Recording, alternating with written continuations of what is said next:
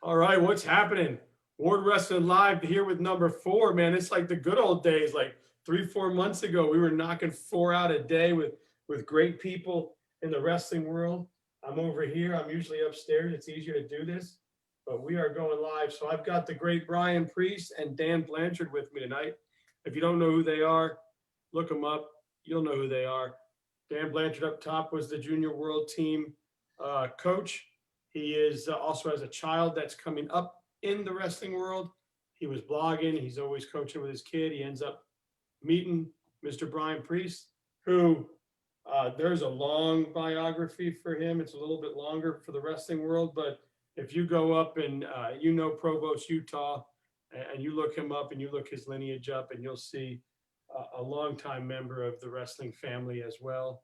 And they found each other and they wrote this great book called Hitting the Mat, The Making of a Champion, right? Or The Making of a State Champion, or The Journey of a State Champion. One of those. And they're here with me tonight. The Making of a State Champion, or at least a real good man. Yes, and I think that very last part's important. Yeah. And I'm so happy to have you guys on. So welcome. Thank you for coming on. It's obviously an honor to have you. And we've got you live, and we need to send you around. So you know what I'll do? I'm gonna kind of share you with all the groups around the country so they see this amazing book and how to get it. But tell us a little bit about about your background, how you met, how you came up with this idea. I mean, what a great idea for a book. Okay, cool. I mean, me and Brian have actually never met. It was the funny thing. We got a mutual friend, Scott Schulte, the New York Times bestseller of the Dan Gable's book, put us in touch with each other. We've never met. We wrote a book together. But just real quick, I'll say a little something about me, and then Brian can say a little something about him. It's a really cool team we got here. I'm over here in the East Coast in Connecticut. Brian's out west in Utah. I'm right now the father of a wrestler, and I'm also his coach. So, and when Brian talks to you, he'll tell you, he has like the opposite dynamic going around. I grew up as a pretty good wrestler. I did pretty good. I was a 2-time state champ, wrestled twice in the Junior Olympics, went back later and twice the coach. I've coached at all different levels. I've done all sorts of different things in this sport, and it's been really cool. And, then for a while, I just tried to be a father. I just wanted to be a father and be the best father and be the best man and raise the best kids and, have my boy, slowly develop into a good man someday. And then he just came out and said he wanted to wrestle. And it shocked me because I always knew wrestling is something anybody can do, but it's not for everybody. So I wasn't going to force my boy to wrestle. I never even talked to him about wrestling. And then he's getting ready to go to high school and he says, Dad, I want to wrestle. So I'm like, all right, let's go check it out. So he goes and wrestles. He likes it. He gets hooked on it. He's wrestling. His second year, he's like, hey, him and his friends are like, why don't you be our coach? So now I'm one of the coaches. And during all this, I'm trying to be like off to the sideline, just documenting it. Like in a blog, I started a wrestling blog and it went awesome. And people from all over the place were like, do we love your blog? And I was just like, oh, maybe I should make it into a book if people love it so much. And then, like I said, Scott Schulte called me and he's like, Dan, he goes, I've been like following your blog, love it. You should tell your son to work on cradles and work on leg riding. And I'm like, dude, he's like cradling a kid right now. You know what I'm saying? So it was like wild, but he put me in touch with Brian Preece, and me and Brian Preece, we hit it off, and it's been a great team that we have. So Brian, why don't you say a little something about your end? Well, I call myself Dan and Daniel, the jack of all trades in wrestling. So I've been a coach, official, competitor. I think most of the youngsters in the Utah wrestling community now know me best as the media guy, the all-knowing guy writing for the newspaper and thing like that for covering wrestling. But I was a head coach for 12 years. And like I said, I dabbled in officiating. I've ran some big wrestling events in Utah, one of the largest JV tournaments in the nation.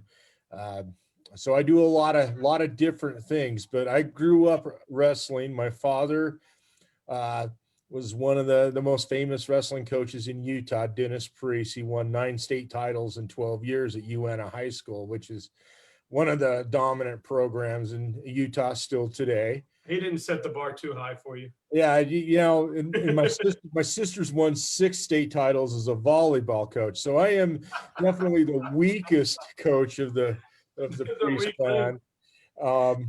Yeah, the bar was set high, but I'll tell you, I read Daniel's blogs, and it just kind of made me think of just different memories of wrestling for my father. And there was a lot of intense pressure to do well. And I could say that growing up as a kid, I didn't really like wrestling all that much all the time. And then I sat down, I think, and I relayed the story in the book, is I sat down with him about my 9th grade year and said, I'll wrestle for the school. That's it.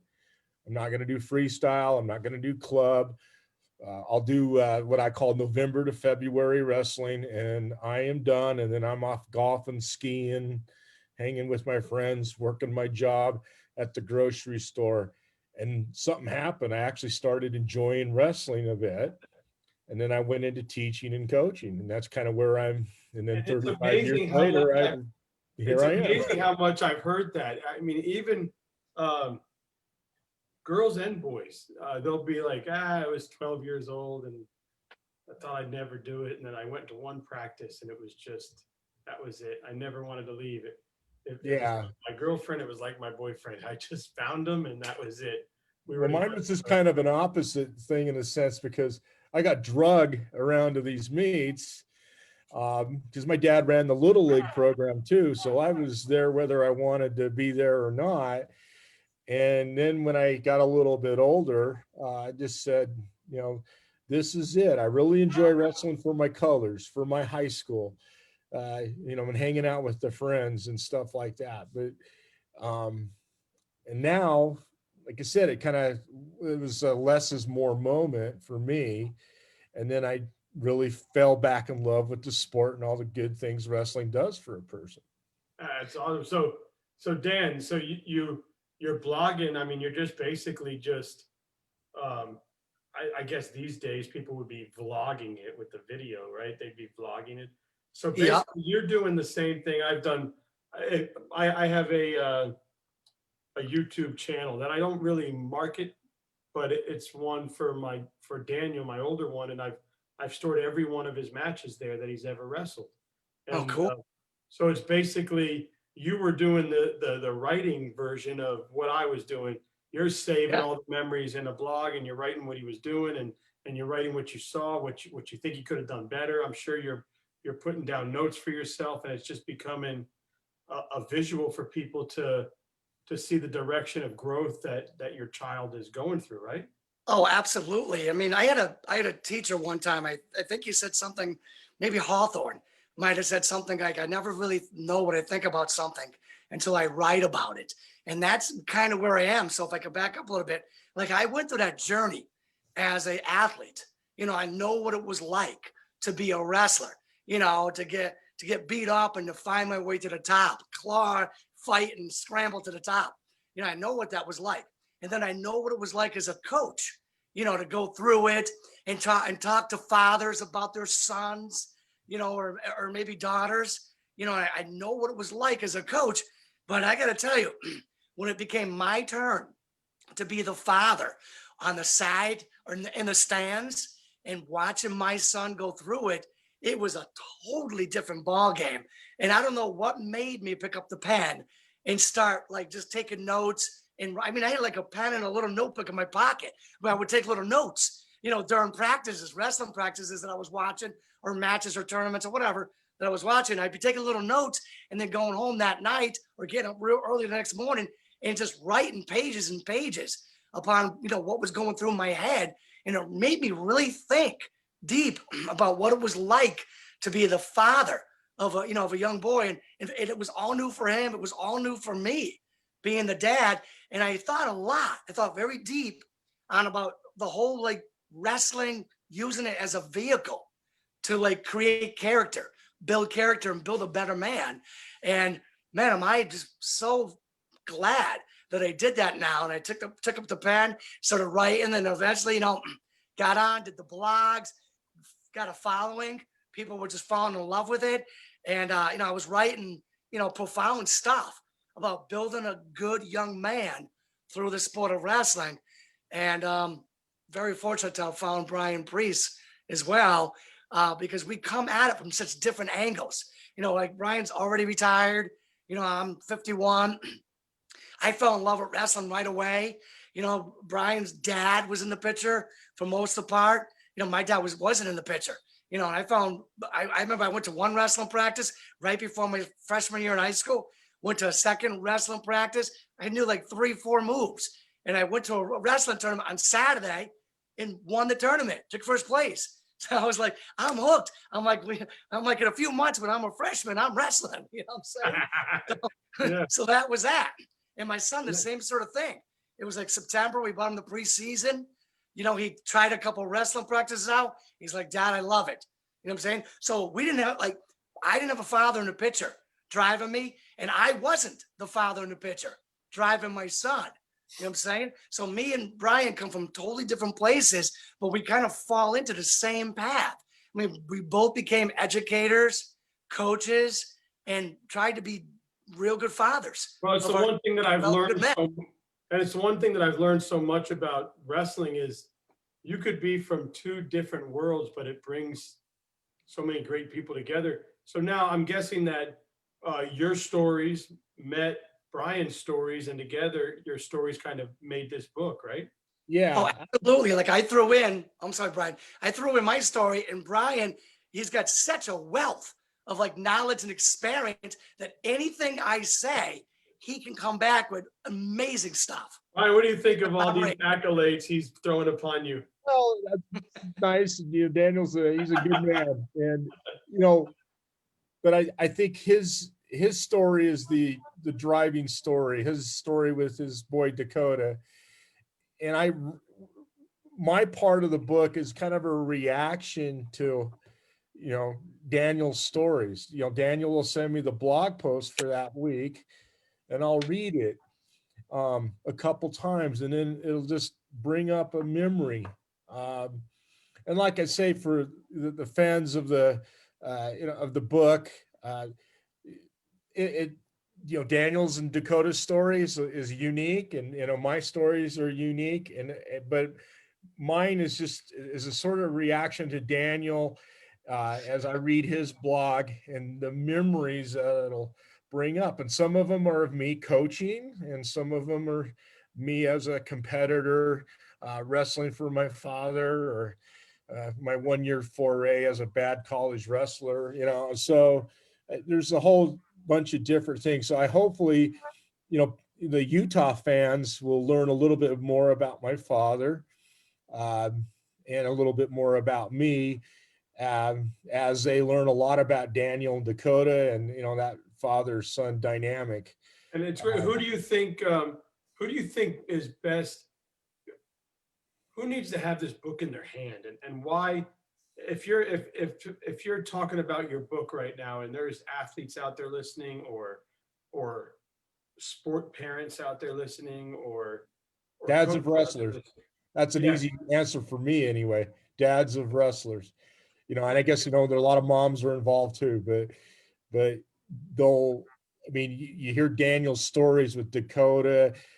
Dakota fought a lot of injuries his sophomore year and his freshman year, and losing the weight and being a student athlete. And parents need to know what their kids are going through. Wrestling is a really unique sport. It's the toughest sport to me in the world because of two things: because of the whole body demands of it.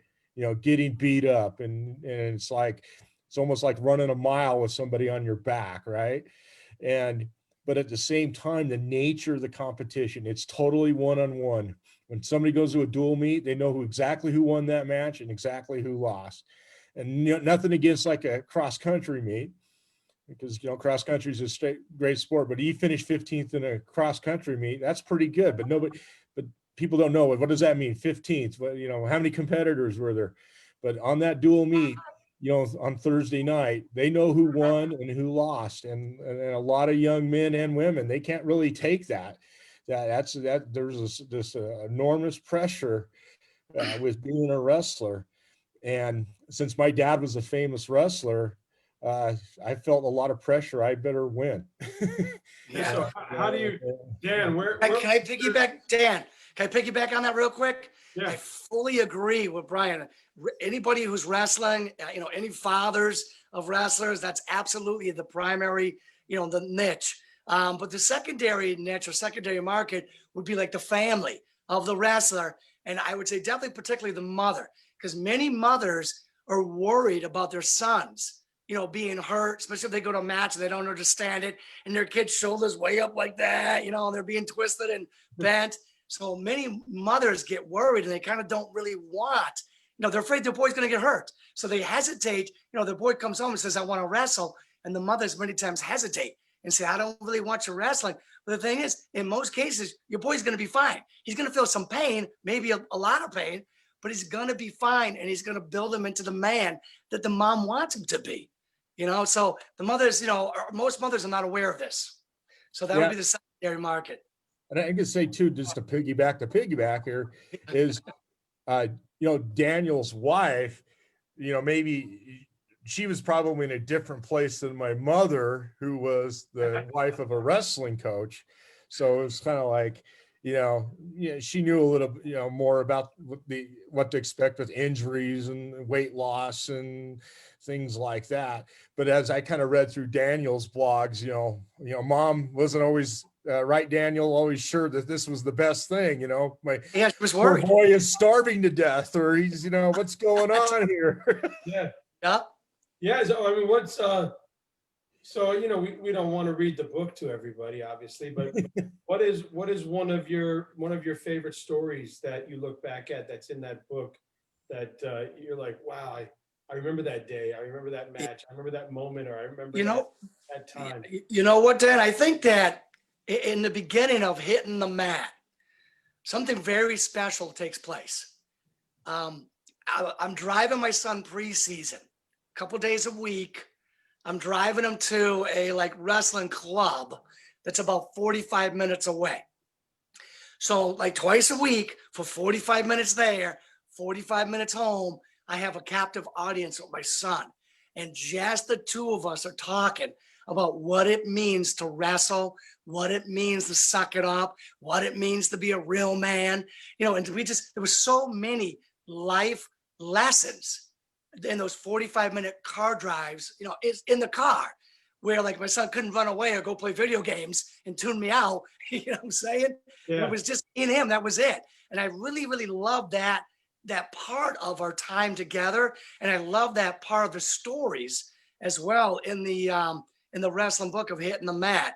I think that he was able to grow as a person a lot just from the time we spent in those car rides. And they weren't quiet time. We were talking the whole way through. And it usually started off because he was very excited about wrestling. Or, Dad, did you see I built my base better today? I was actually able to get an escape from that kid. And that would just lead into a really cool conversation about being a good man somehow.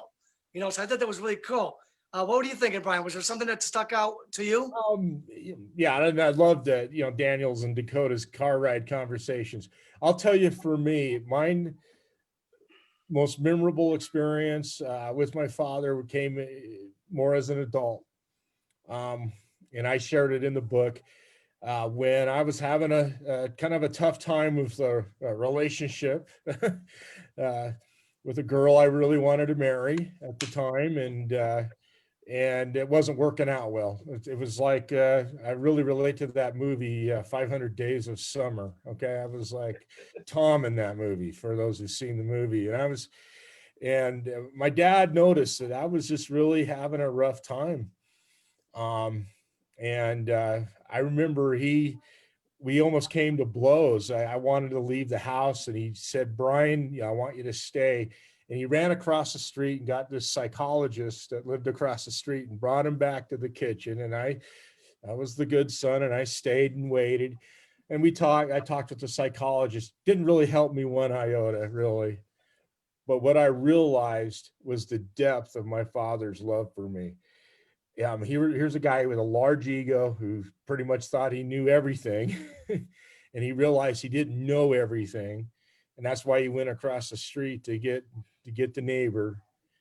But it just showed the depth of his love for me, and I'm going to probably start tearing up and crying,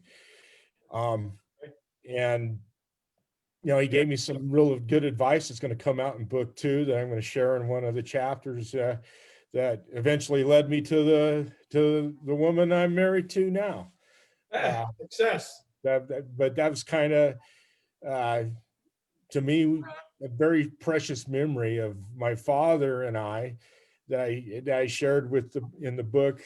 It wasn't a wrestling story. It was just more of a human father-son moment. Where I just realized the depth of his love for me. And if I could jump on top of that, Ryan, I mean, that story came from the story I was sharing about Dakota struggling with a girl, my struggles during a wrestling season with a girl during a match. And then you just were able to piggyback on that easily. But it kind of goes to show that even big, mean, tough wrestling coaches made out of steel still can have a heart and be loving fathers and loving men. Recently, my old wrestling coach, who was a bear of a man, tough as they come. He had like a tryout to play linebacker for the New York Giants back in the day, being a wrestling football player. My son met him, and my son was like, wow, I wasn't expecting that. I mean, he's like a nice, soft-spoken guy. My son was expecting some guy to rock the world, with a loud, booming voice and big, tough demeanor. But my coach, when he spoke to Dakota and he was speaking to me, he was just speaking like, a very kind, gentle man. So, there is that two sides of big, tough men. And that's awesome. And you weren't just a wrestling coach, right? I mean, you've experienced coaching on all different levels, right, Preece?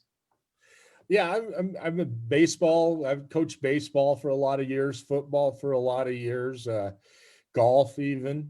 And I love all those sports. I think they all have different elements that are just great. To me, like football, there's nothing funner than doing the football game, the game itself, just everything that goes with it. The baseball, I love sort of some of the quieter moments, the sounds of the game, and matching wits with somebody. And golf, I just love the nature and you versus the course and you versus yourself. And what I enjoyed as a wrestling coach is just the practices. I enjoyed the practices and seeing your wrestlers pick something up and learn and grow and things like that. Because in a football game, there's going to be a winner and a loser. In a wrestling tournament, if you have a good team, 1/3 of your wrestlers are still going to lose that day. What do you think makes it different? You being around all these athletes, baseball athletes, football athletes, golf athletes, and obviously with the book and everything, what makes wrestling so different that it becomes a vehicle that we all know as wrestling is life, and it becomes life that these other sports don't do, or I think see the same type of personality come out of them? I think for sure it's just the demands of it. You're just the grind of a practice, and then you're not going to you're not going to be drinking water that night or having a tiny meal, and then you come back the next day. And then again, like I said before, just the nature of the competition. It's just you and another guy, and it's really hard to lose.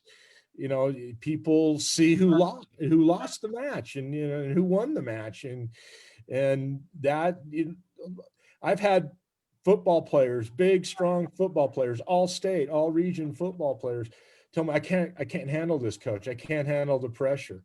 They sometimes I've had a couple just actually just admit that to me, coach, I can't handle this. And it doesn't mean that they weren't good boys, grew up into good men. They just, it's just wrestling is like Daniel says, it's for anyone, but it's not for everyone, you got to be able to have that mindset to pick yourself up after a loss and and, get back up there and do it again. And it's like very, very hard sport, from the practices to the natures of the competition. I don't think there's a sport that's going to prepare you more for life than wrestling. That's awesome. Totally Like I said, and I've coached 4 sports, and Yeah. each sport, Where can sport we, has its unique. One thing I could say good about baseball is like, there's a lot of, you got to sort of act in your self-interest, but also within the framework of the team. Sometimes you got to sacrifice, you got to, give up personal glory and bunt the ball to move the guy over and give up your chance for, to hit the home run, Hey, listen, as hard as wrestling is to Yeah. do, as hard as wrestling is to do, I still think the hardest thing in sport is to hit a fastball. Oh yeah. I mean, it was a skill. That may be tricky, It was or a skill curveball. for sure. Yeah. A That may curve, be a baseball. I mean, Yeah. not when you're I in could little league. piggyback, Dan, if I could piggyback on what Brian was saying and what you're saying, I agree. It's very tricky to hit that fastball and curveball. And I agree with everything that Brian was saying. I too have coached multiple sports. And the very unique thing about wrestling, again, is everything Brian's saying. And the extreme sacrifice, as Brian was alluding to, you take this sport home with you, what I'm saying, with what you can eat. And maybe you got to run again that night, work out again at 5 a.m. the next morning. You take this sport home with you. Other sports don't do that as much. And you create this real brotherhood, what I'm saying, this real bond with your teammates. Maybe some people say misery love company, but when you're in you're like a brother in arms, a brother in combat. I was in the Army too. I was infantry soldier front line, and it's the same sort of thing. You got that brotherhood in the Army. You got that brotherhood, as wrestlers. You guys are friends for life because of what you've been through. Some people might want to maybe you can compare it a little bit to like the police department or the firemen. You got that brotherhood, that bond where those guys stick together. But wrestling is that. I mean, you endured what you endured, and it creates a brotherhood and friendship for life. So there's definitely a way that wrestling's different than other sports. And not just with your teammates, with your competitors. I am Facebook friends, with 3 of the 5 other guys that placed with me at state my senior year. How cool is I'm that? friends with these guys, because I know that they were going through the war in their room, their wrestling room, like I was going through it in my room. And I have the utmost respect for them. And it's really unique. And I have a lot of friendships still with the wrestlers I coached. And like Daniel said, it's something to that brotherhood. It never goes away. And, and it doesn't matter if you're an All-American. I worked out with the guy who won the Dapper Dan, and I'm sure everybody knows what that is in the wrestling world. And, I've coached kids that, took them 4 years to win a match. I mean, literally win a match, and they never gave up. And I have huge respect for a kid to go through almost 2-3 years of losing every match, and then they still come back. So where do we, Dan? Where if our listeners are out there and they're listening to this, where can we purchase your book at? Where can we find your guys' book at? And when should we expect the second one? Okay, so if they go to Amazon, just look up Hitting the Mat, or even just Google, Google, Dan Blanchard, author, go to my website page. It's there. They can find it. I'm sure, they can find it at major distributors. But probably the easiest thing would be go to Amazon. You'll see it right there. You know what I'm saying, on my website page, danblanchard.net or granddaddysecrets.com. Right now, me and Brian are working on the second book, and we decided that we're going to do a trilogy. That we spent a lot of time on Dakota's freshman year. We're going to spend a lot of time, I think, on the senior year, and we're kind of combining the sophomore, junior year in our second book.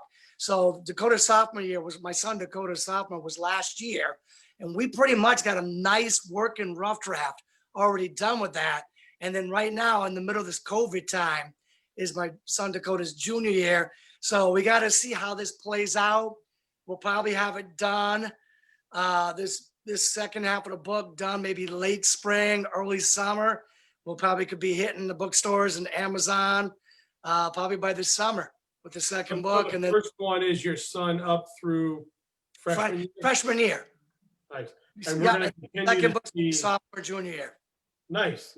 And then senior year to state Would champ. be the Right? third book. Yep. That's going We'll to be spend a great. little more time on that year.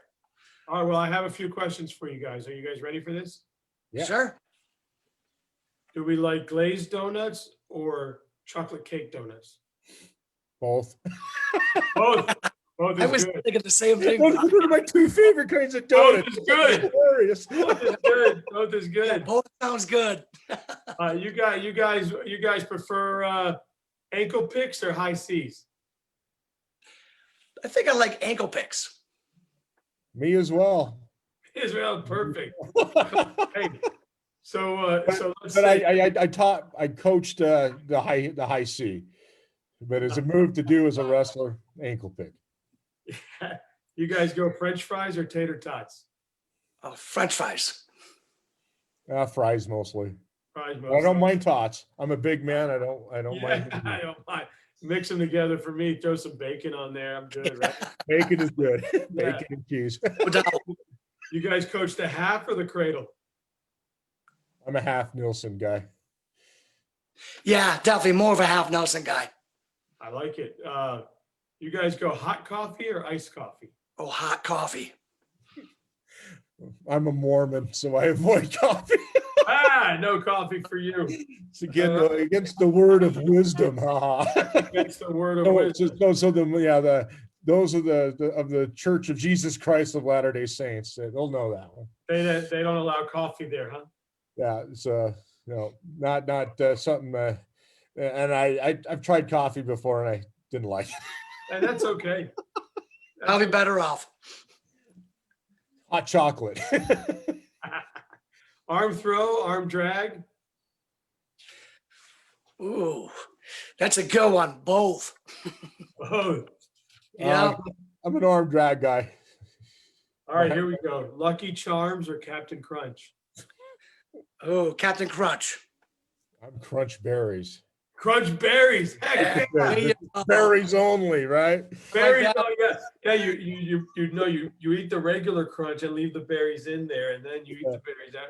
It's like Lucky Charms, right? You gotta Yeah. eat the cereal and leave the marshmallows.